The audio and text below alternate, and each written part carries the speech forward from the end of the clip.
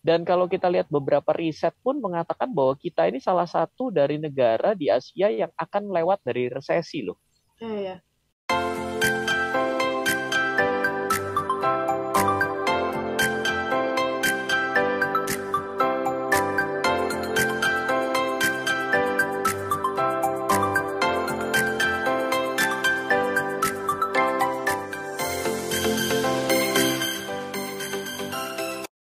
Oke, baik. Kalau saya coba off cam dulu ya mungkin ya, karena efek Jogja juga kayaknya. Siap. Wow, ini lagi di jalan soalnya ya, Mas Ryan ya. Betul. Ke Oh, bulan Oktober ini bulan inklusi keuangan, jadi pasti akan mengudara keliling Indonesia ini. wow, seru banget ngomongin soal keuangan, ngomongin soal investasi, inklusi keuangan ini pasti kan membuka cakrawala smart listeners dimanapun berada ya, Mas Ryan seputar dunia keuangan ini. Nah, Ya, ini juga mungkin bisa menjadi sebuah kesempatan yang baik Mas Ryan untuk mengenalkan seputar kabar-kabar ataupun isu yang sekarang sedang berhembus nih di masyarakat Mas Ryan seputar Credit Suisse yang lagi panas-panasnya. Mungkin Mas Ryan bisa potretkan kepada kami sekarang keadaannya lagi seperti apa sih? Silakan. ya, ini ada beberapa hal yang terjadi dalam beberapa waktu terakhir. Yang pertama, harga sahamnya daripada Credit Suisse Group ini mengalami penurunan. Tapi sebenarnya penurunan dari saham Credit Suisse, baik yang listingnya di Amerika maupun yang adanya di negaranya, itu sebenarnya telah mengalami penurunan jauh-jauh hari sejak tahun 2008-2009. Itu sebenarnya terus mengalami penurunan. Mhm. Jadi kalau hari ini turun menjadi tambah turun, sebenarnya adalah sesuatu yang secara secara tren itu, jadi yang di default swapnya Mbak. Jadi kredit default swapnya itu adalah seperti penjaminan atas gagal bayar gitu loh. Mhm. Nah itu jadi semakin tidak berdiminati karena banyak sekali kejadian resiko gagal bayar yang terjadi. Mhm. Nah disinilah yang membuat orang pada takut nih, karena ini adalah sesuatu yang tidak pernah terjadi sebelumnya dari status daripada Credit Suisse sendiri, seperti itu. Nah, orang mulai menghubung-hubungkan masalah gagal bayar ini atas surat hutang yang dimiliki, itu seperti dikhawatirkan seperti kejadian di Lehman Brothers yang ada di Amerika tahun 2008. Mhm. Jadi boleh dibilang orang itu berusaha menghubung-hubungkan antara satu kejadian yang lalu di Mhm. mana investment bank juga yang mengalami kejatuhan dengan kondisi Credit Suisse sekarang. Ditambah dari pernyataan yang muncul dari manajemen atas Credit Suisse itu Mhm. tidak bisa menenangkan pasar, karena jawabannya mungkin dapat kita lihat kurang meyakinkan seperti itu, dan ada informasi berhembus bahwa si Credit Suisse ini lagi menenangkan para investornya nih. Ya. Gitu. Itu kan jadi tambah ketakutan ya. Jadi itulah yang sedang rame terkait dengan Credit Suisse sendiri. Sebenarnya saya ada satu pernyataan ya. Kenapa kenapa harus ditakutkan Credit Suisse ya? Karena kan pertama itu jauh sekali ada di Swiss gitu ya. Mhm. Mhm. Yang kedua juga kan bank lain juga banyak gitu. Mhm. Ya kalau misalnya bank lain juga mengalami hal yang sama, apakah juga perlu kita waspadai gitu ya? Ah. Nah, jadi kita punya beberapa poin ya. Kenapa juga harus jauh di Swiss kan gitu ya? Aha, aha, aha, aha. Nah, Iya. jadi poin-poin itu yang lebih penting menurut saya. Oke, baik. Tapi sebelum kita sampai sana, Mas Ryan, ini juga menjadi pertanyaan saya gitu. Kenapa kita harus jauh ke sana dan melihatnya sangat jauh gitu? Padahal yang terjadi di negeri juga banyak gitu hal yang terjadi. Namun, Mas Ryan, saya mau menghubungkan lagi ya. Ada nggak sih hubungannya dengan krisis keuangan yang terjadi di Eropa? Ya, kalau di Eropa sendiri ini masalah utama yang hari ini terjadi itu kan masalah energi ya. Lalu ditambah lagi dengan adanya perang gitu ya. Berarti secara banyak hal ini jadi tidak bisa begitu mudahnya ada prinsip kehati-hatian dan lain sebagainya. Tapi juga kita harus perhatikan ya bahwa euro ini juga, kalau kita ngomong Swiss maka Swiss franc gitu. Tapi euro itu posisinya dalam eh, posisi paling rendah selama 22 tahun, Mbak. Ah, Mana euro itu saat ini berada di bawah $1 dari dolar Amerika. Ini 22 tahun yang lalu kita pernah melihat itu dan baru terjadi hari ini lagi. Artinya memang banyak kekhawatiran masyarakat plus kondisi perekonomiannya itu jadi terasa melemah, bahkan sampai mata uangnya bisa lebih lemah daripada US dollar. Di hmm, mana Oh ini kan Uni Eropa ya bersatu ya Mhm. gitu, dan Swiss franc-nya juga posisinya sekarang Swiss franc itu di, kalau tidak salah di 1,02, itu juga sudah cukup rendah gitu karena selalu biasanya lebih tinggi seperti itu. Mhm.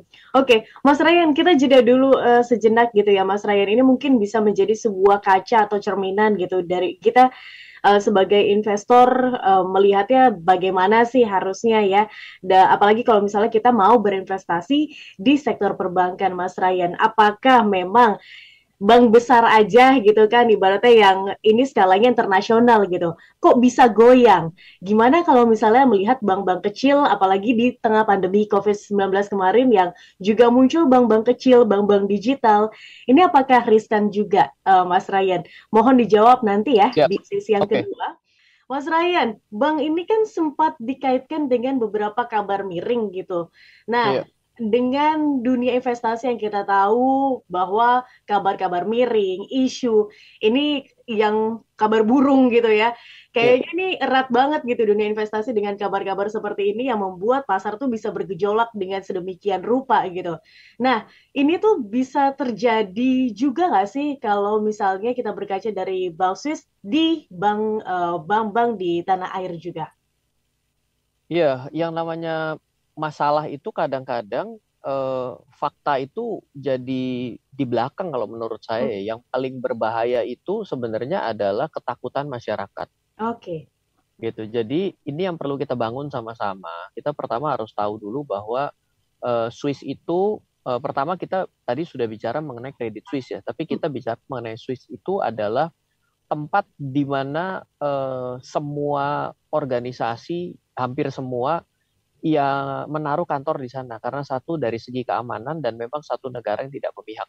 hmm, Ya, jadi itu adalah sesuatu yang perlu kita tahu sehingga boleh dibilang karena tempat paling aman, secara tidak langsung bila ada institusi keuangannya yang hancur, hmm. berarti tempat paling aman saja hancur, itu berarti membuat psikologi yang bahaya tuh buat banyak Ya, orang, betul nggak? benar, Kita setuju. kan bisa bilang gini, aduh tembok paling kuat aja runtuh lah, apalagi tembok saya kan gitu ya.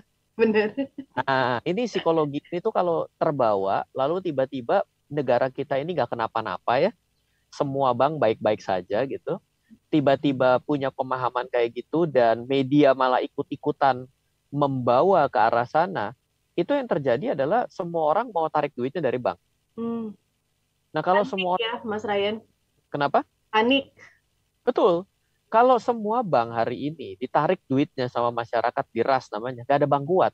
Mhm, Jadi yang paling bahaya itu kita harus bisa memberitahukan fakta itu seperti apa, hmm, dan kita jangan bermain dengan yang namanya, ya namanya takut sih wajar ya main ya, tapi yang penting itu kita mesti melihat kondisi yang terjadi secara aktual bagi bank yang tempat kita menaruh uang mhm, gitu loh. Karena kita terbawa suasana dengan mindset yang tadi tuh, tempat paling aman aja bahaya. mhm. Apalagi Indonesia nih yang katanya emerging market. Saya akan suruh seluruh keluarga saya yang isinya ada 1.000 keluarga besar untuk ikutan tarik. Oh ya goyang. Hmm, Bank manapun di Indonesia jadi ikutan goyang. Nah, jadi kita tidak bisa dengan cara begitu.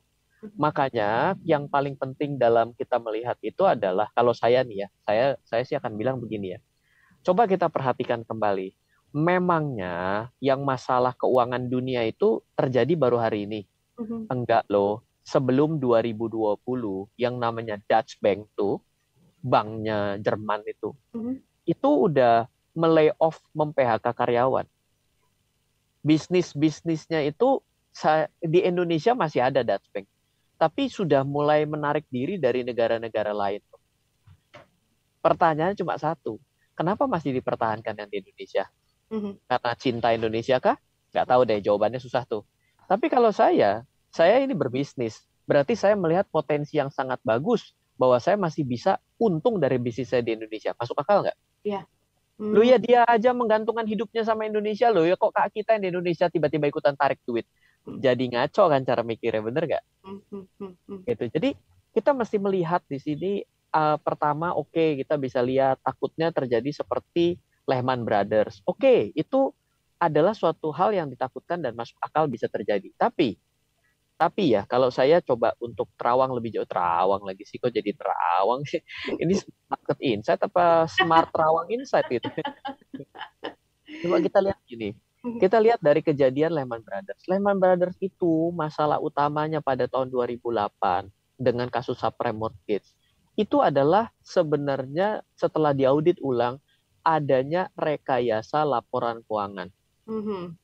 Rekayasa laporan keuangan itu nama dalam bahasa kerennya adalah window dressing di dalam laporan keuangannya. Dan itu menjadi sangat orang kalau yang namanya berbohong tuh udah nggak pernah benar. Gitu. Karena apakahnya namanya kebohongan itu harus diselesaikan dengan kebohongan baru. Yes. Kalau kebohongan diselesaikan dengan terus terang namanya ngaku dosa. Nah, jadi yang perlu kita lihat di sini adalah bagaimana melihat, ya kalau kita paham laporan keuangan kita sama-sama bisa lihat lah. Tapi nggak segampang itu. Orang-orang yang menutupi masalah laporan keuangan direkayasa itu bayar orang-orang mahal, bos.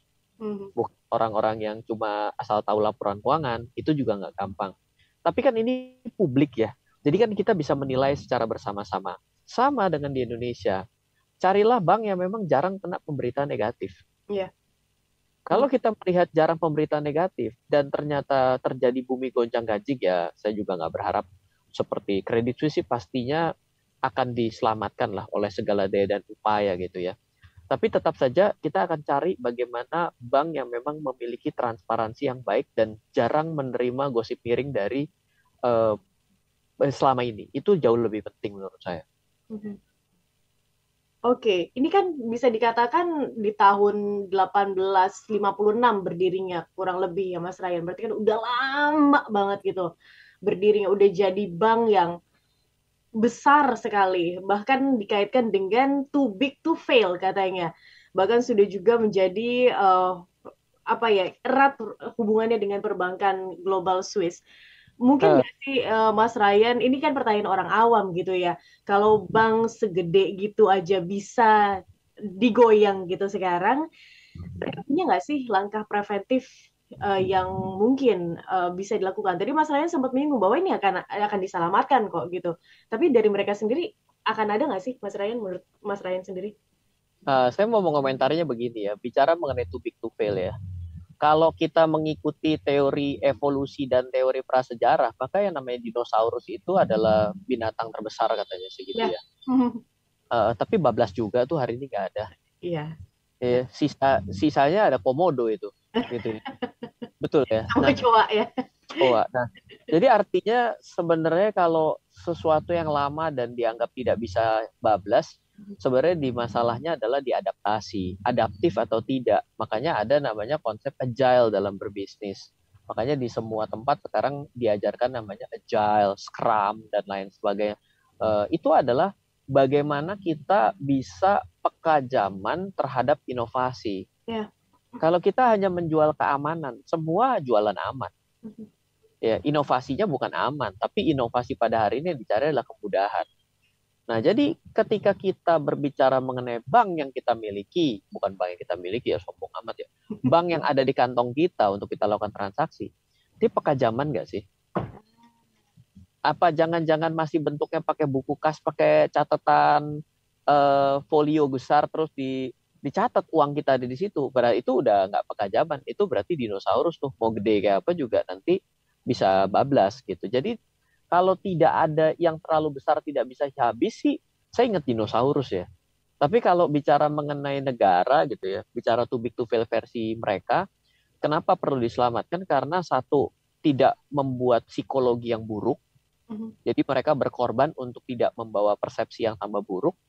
Ya yang kedua adalah ya dia menyelamatkan kepentingan yang lain untuk ini tidak kenapa-napa gitu loh. Ya ada salah satu maskapai di negara kita, ekuitasnya saja negatif, modalnya negatif. Oke. BUMN juga.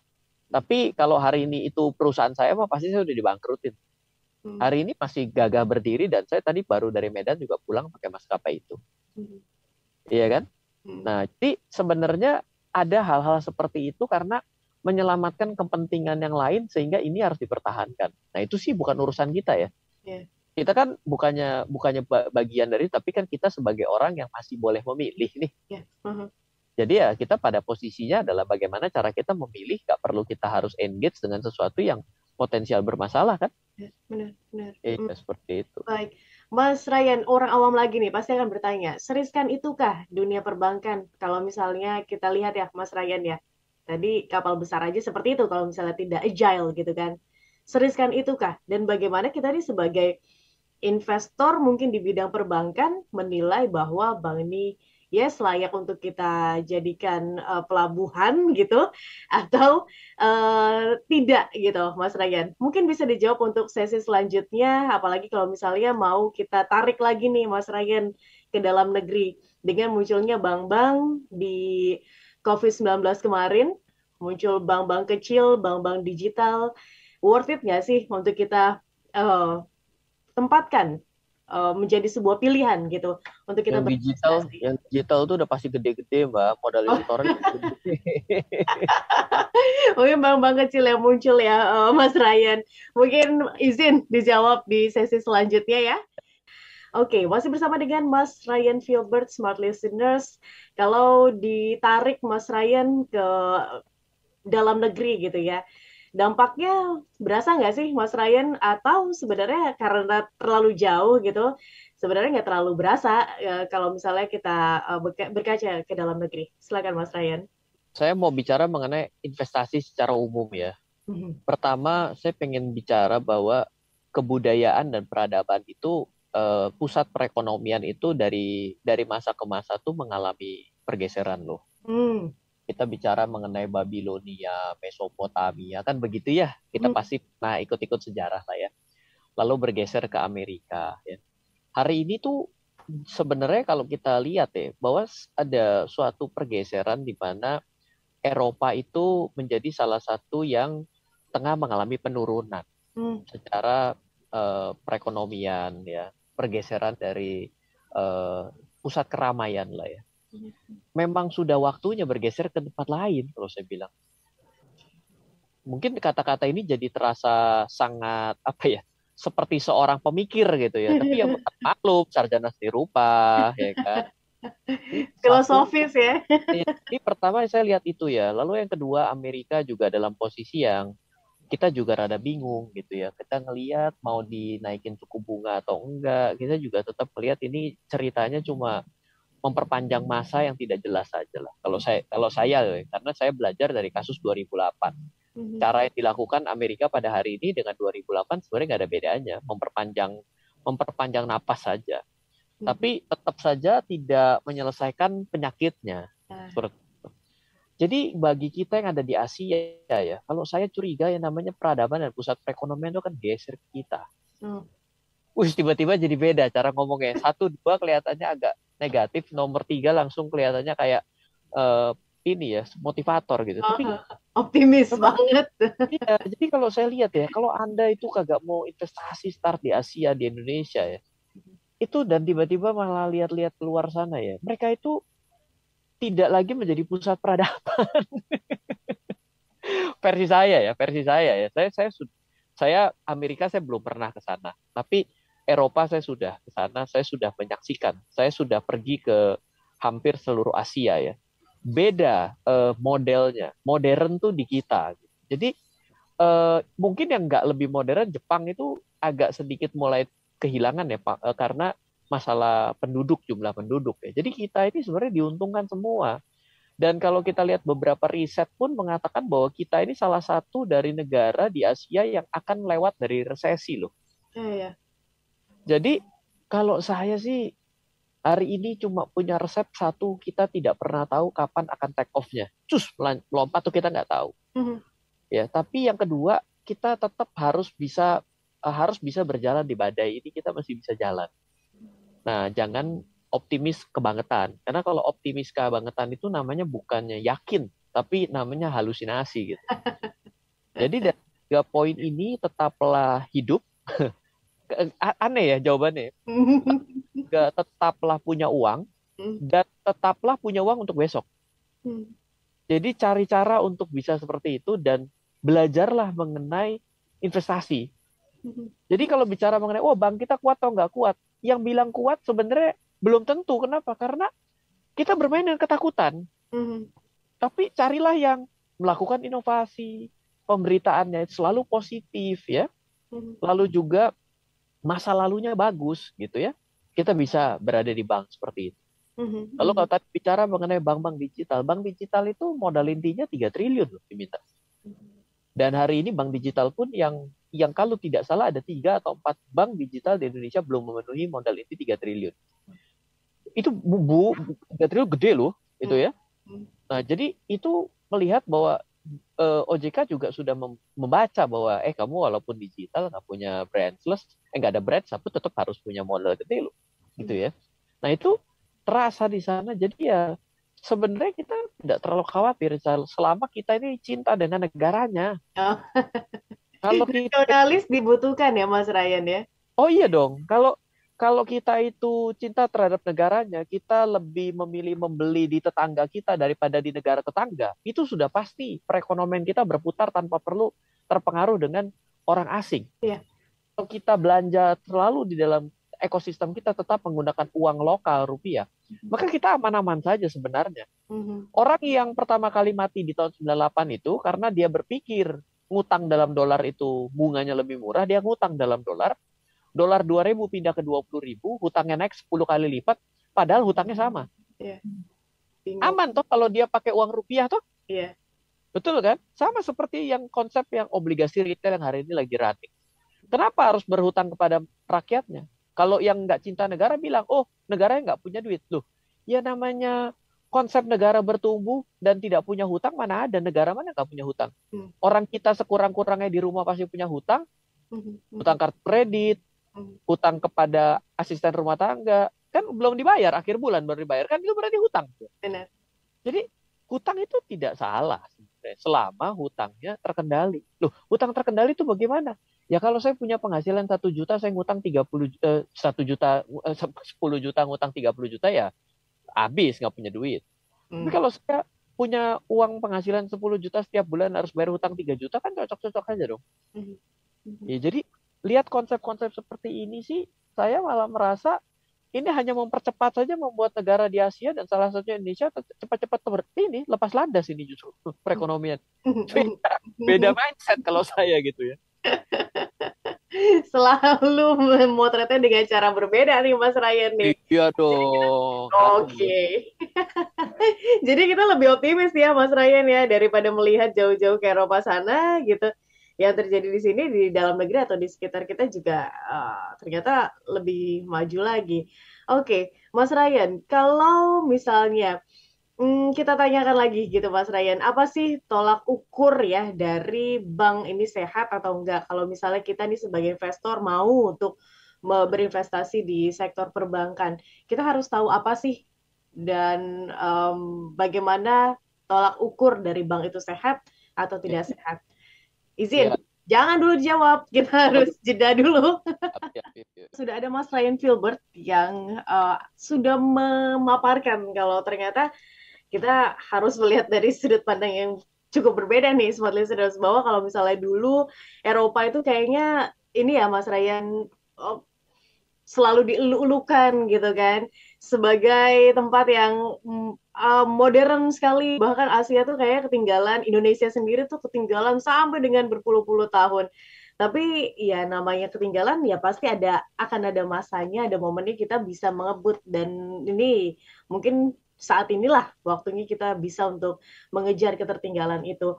Oke, Mas Ryan, di sesi sebelumnya saya bertanya nih seputar bagaimana caranya investor itu untuk bisa tahu bahwa bank tempat dia menanamkan investasinya itu memang benar-benar safe gitu, walaupun kita tahu bahwa nggak ada tempat yang benar-benar safe. Gimana caranya tolak Ya, ukurnya, Mas Ryan? baik. Indikatornya, silakan. Yang pertama mau dicari dengan cara susah, Mhm. yaitu pakai lihat-lihat angka atau pakai hal-hal yang sifatnya bukan angka. Kita mulai dari yang susah dulu ya. Yang Oke. susah itu kita lihat namanya rasio kecukupan modal, capital adequacy ratio, CAR. Mhm. Tapi ini sih saya rasa tidak perlu kita lihat. Kenapa? Karena begitu nilai rasio kecukupan modal itu kurang, itu Mhm. sudah disemprit sama OJK tuh. Berarti Oh. dia sudah mulai rame. Lalu kita bisa melihat sebenarnya dari jarak antara bunga pinjaman dibandingkan dengan bunga tabungan. Mhm. Semakin semakin dipercayanya bank tersebut, bunga tabungan itu bisa murah, Mhm. bahkan bisa sampai nol. Mhm. Tapi dia bisa tetap memberikan bunga pinjaman yang juga cukup bersaing. Mhm. Misal gini ya, kalau kita lihat, kalau dia kasih bunga pinjaman itu 10%, di mana bunga tabungannya 6%, berarti ada jarak antara 10 dengan 6 itu disebut net interest margin. Yeah. Sekarang kalau dia bisa 10% sama bunganya 1% untuk di tabungan sama orang lain, oh, kita jadi mikir gini ya, kok ada orang mau ya di tempat lain ada 6%, di situ 1%, tapi tetap taruh di 1%. Nah, Mhm. berarti kan banknya trusted banget dong. Mhm. Ya, berarti bank itu kuat, salah satunya dipercaya oleh banyak orang. Ah. Nah, lalu lihat rasio dari gagal bayar. Mhm. Jadi bank itu harus ada namanya non-performing loan. Nah, non-performing loan ini ya gagal bayar dengan rasio pinjaman dia berapa banyak nih.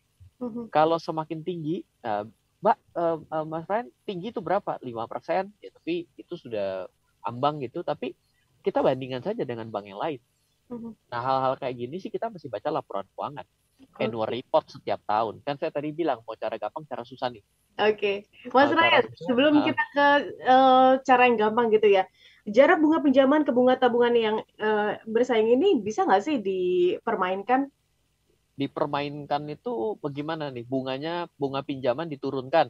Nggak, Ya, bukan. Maksudnya karena, oke, ayo, apa, maksudnya mengundang orang untuk berbondong-bondong, menabung di sana, meminjam di sana, atau, jadi maksudnya, ya itu dipermainkan dalam sisi itu, masyarakat yang mungkin dibayar untuk melakukan hal itu, mungkin nggak? ada. Hari ini si bank-bank digital itu lagi bermain dengan campaign Ah, nabung di sana bunganya tinggi. Hati-hati loh, bunga tinggi itu tidak dijamin lembaga penjamin simpanan loh kalau di atas daripada suku bunga acuan.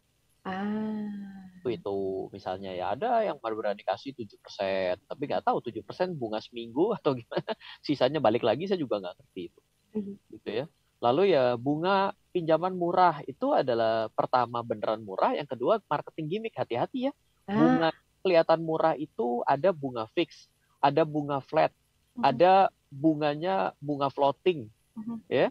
Itu kalau bicara mengenai bunga fix, ternyata fixnya cuma 3 bulan, itu cicil 10 tahun setelah 3 bulan bengek loh. Ya, jadi ada yang beneran murah atau marketing gimmick Mhm. gitu. Jadi mesti lihat-lihat gitu ya. Jadi itu emang cara bagaimana menarik hati ya. Ya. Ya, tapi ya memang itu cara-cara yang bermain dengan angka kan ya, kan tadi saya bilang mau cara susah, cara gampang, ini cara susah semua. Oke, Mas Ryan selanjutnya mungkin. Cara gampang dong ya. Cara gampang itu pertama, bank itu harus inovatif ya, artinya main dengan tren ya. Kalau trennya semua udah pakai QR-QRan ya, mobile bankingnya ternyata QR nggak ada, repot, ini ciri-ciri ketinggalan. Hmm. Zamannya top upan nggak bisa top up ya kan, buat bayar ini bayar itu susahnya setengah pusing. Jadi ini namanya momentumnya bablas, ini bank yang ketinggalan, sudah pasti nanti orang akan pergi ke bank yang mau melakukan inovasi ke arah sana. Ya jadi ya udah kebaca ya, 4 bank 5 bank besar semua begitu tuh, berarti mereka leading lah, satu itu. Yang kedua, coba lihat ya mengenai manajemen dan tim. Mhm. Lihat bagaimana manajemennya ya kan, bagaimana pemberitaannya positif seperti apa, itu penting sekali. Mhm. Lalu coba lihat, hari ini bank itu terjadi pergeseran bisnis model loh. Bank itu tidak bisa lagi seperti zaman 30 tahun yang lalu atau 20 tahun yang lalu yang bermain dengan hanya pinjaman saja, Oke. pinjaman nabung, nggak begitu. Jadi bank ini sekarang jadi servisnya yang dilihat, Mhm. seberapa banyak integrasi dan kemudahan yang bisa dilakukan pada bank tersebut Mhm. gitu ya. Jadi kalau masih pada hari ini bank yang masih ngomong, oh iya yang namanya fintech itu mendisrupt daripada bank, oh ini cara mikirnya sudah salah. Mhm. Ya, orang jelas-jelas yang namanya peer-to-peer lending segala macam itu tidak mungkin bisa mengalahkan bank. Orang tidak bisa menghimpun dana. Ya, jadi kalau sampai manajemennya masih cara mikirnya model kayak gitu, wah itu repot. Mhm. Pasti itu nggak maju itu si perbankan tersebut. Hmm. Nah, lalu selanjutnya setelah bisnis model yang perlu kita lihat lagi, sebenarnya ide-ide apa yang dikembangkan. Ada Mhm. bank yang begitu agile sekali ya, dia tiba-tiba mengembangkan bisnis semua dengan gampang. Kalau koneksi kepada saya aplikasinya, saya sudah siapkan sistem integrasi yang aman. Nah ini tuh berarti dia punya ide yang orang lain belum lakukan gitu. Mhm. Bahkan ada bank nasional kita yang swasta yang bisa punya ATM lebih dulu daripada bank lain Ya. di masa yang dulu. Berarti dia punya ide terdepan. Mhm. Nah, ide apa lagi nih selanjutnya di sini? Ya kan? Itu mesti kita mesti lihat ya. Yang terakhir ya rasio kecukupan modalnya. Hmm. Kalau semua itu jalan tapi nasabahnya nggak ada ya susah. Bagaimana dia bisa memaintain agar kita suka dengan bank tersebut? Ada bank yang begitu gampang saya buat top up. Akhirnya teman saya terpengaruh. Ih keren amat. Kok top up di situ under 5 second? Saya kalau top up rasanya mau kungfu dulu. Ah iya. Ya, akhirnya besok dia pergi bikin. Artinya kan terjadi user akuisisi. Padahal saya nggak dibayar oleh bank itu, nggak dapat afiliasi. Teman saya bikin bank tersebut. Nah, karena apa? Jawabannya adalah karena dia punya inovasi gitu ya. Dan akhirnya ya berakhir dengan ya menambah nasabah baru. Dan nasabah baru artinya saldo baru kan gitu ya. Ya. Ya, Mhm. jadi ya kadang kayak gini kan jadi subjektif ya, tapi ya makanya jangan jangan terlalu sering diam di rumah. Hmm. Hari ini kan sudah mulai bebas nih, ya kan? Artinya tetap harus menjaga protokol kesehatan keluar, lihat di luar itu udah bangunannya kayak apa. Jangan-jangan nggak tahu di depan bangunan kayak apa. Pergi dulu ke dalam protokol yang lagi ngiklan siapa sekarang. Mhm. Yang lagi iklan itu berarti yang masih punya duit buat mengiklan, berarti mau memarketingkan atas inovasi dia. Mhm. Lihat di sana, oh ternyata dia. Oh ya udah coba kita lihat layanan dan jasanya, ya Mhm. kan? Ya jadi kita nggak bisa jadi orang yang katak dalam tempurung gitu. Mhm. Karena bicara seperti ini bicara melihat ke depan. Investasi itu melihat ke depan, Yes. tapi menggunakan data ke belakang. Mhm. Seperti itu. Baik. Uniknya Mas Ryan, saya pernah jadi nasabah suatu bank karena kartunya lucu. Ya, ya, ya, ya. Itu inovasi. Iya. Itu inovasi gitu. Dan kita tiba-tiba bisa bisa merasa menjadi bangga dengan memiliki itu. Itu kan caranya untuk membuat engagement ya, Ya. marketing gimmick. Penting. Mhm. Dan kadang-kadang bisa bisa beda loh ketika kita pakai bank lain kita jadi nggak mau dan jadi resisten hanya karena hal sepele seperti Ya. itu. Tapi itu nggak sepele Mhm. itu ada value. Nah value itu kan bagaimana cara membangun value ya, sepatu dengan gaya dicoret centang aja lebih mahal dengan Benar. sama loh. Nah value kan, brand kan, Mhm. berarti emang kayak gitu cara main. Baik, Mas Ryan, singkat saja, ini ada pesan dari Pak Surung Hendry yang bergabung bersama kami. Selamat malam dari Jakarta, Mas Ryan. Malam, Pak Ryan, izin tanya, beda hal mendasar antara rich atau kaya dengan wealthy atau makmur? Mungkin bisa dijawab sedikit Iya, kalau bergeser kita ya. ka- kaya itu rich itu biasanya fokusnya kepada uang gitu ya. Nah, makmur dan mapan itu menurut saya seimbang. Nah, seimbang akan tiga hal, yaitu punya uang, punya waktu, dan punya kesehatan. Jadi kalau orang baru bicara kaya duit doang, itu repot. Kenapa? Punya duit, gak punya waktu, gak ada gunanya. Hmm. Punya waktu, gak punya duit, repot juga, sakit tar lagi. Hmm. Ya, sehat doang, gak punya duit, tar lagi sakit. Ya, nah, sakit tapi punya duit repot juga, nggak bisa menikmati. Nah, kita harus belajar bagaimana caranya menjadi wealth, menjadi mapan, bukan hanya kaya akan uang. Itu sudah tidak zaman dan itu bahaya. Trade off-nya di masa kemudian akan penuh dengan penyesalan. Ketika kita punya uang, besok-besok kita lihat anak kita udah gede, kita bahkan nggak tahu dia sekolah kelas berapa loh. Hmm. Ya kan, kita ternyata keluarga berantakan luar biasa, cuma karena ya hebat sih, gajinya 2 digit, 3 digit gitu, tapi ya bermasalah semua. Apa ngapain membangun sesuatu dan akhirnya rusak di tempat lain? Kan Ya, bukan itu jadi goals hidup kita. yes. Dan apalagi kita nggak punya waktu, ya udah berarti menurut saya wealth yang harus kita kejar Ya. seperti itu. Oke, Mas Ryan, singkat mungkin satu kalimat, dua kalimat untuk penutup kita di kesempatan kali ini yang membicarakan seputar Credit Suisse. Silakan, Mas Ryan. Ya, Credit Suisse ini sebenarnya sudah lama mengalami penurunan, ikuti daripada pertumbuhan ekonomi yang terus mengalami penurunan sampai dengan tahun 2019 yang tanpa kita tahu sebabnya apa. Meskipun sebenarnya kita tahu sebabnya apa, karena jumlah pertumbuhan penduduk di negara tersebut, termasuk ya Swiss kan bukan bagian dari Uni Eropa ya, tapi ya tetangga banget gitu loh ya. Jadi ya sebenarnya tetap mengalami penurunan. Nah, kalau saya melihat pribadi ya, kenapa adanya COVID, lalu ada ini hanya mempercepat dan membuktikan bahwa peradaban perekonomian itu mau geser. Ya kalau mau ditanya geser kemana? Loh Amerika sudah pernah, benua Amerika sudah, Eropa sudah duluan ya, berarti Asia dong. Nah makanya kita menjadi sesuatu trigger buat kita berpikir inilah saatnya untuk kita lebih terbuka untuk bisa memulai penempatan uang kita di tempat yang baik dan benar. Seperti itu. Baik, oke. Terima kasih Mas Ryan sudah sharing.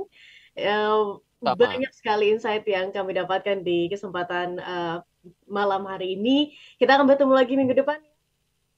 Dan sukses aktivitasnya di sana. Yes, siap. Sama-sama. Halo, terima kasih sudah menyaksikan video di RF Channel on YouTube.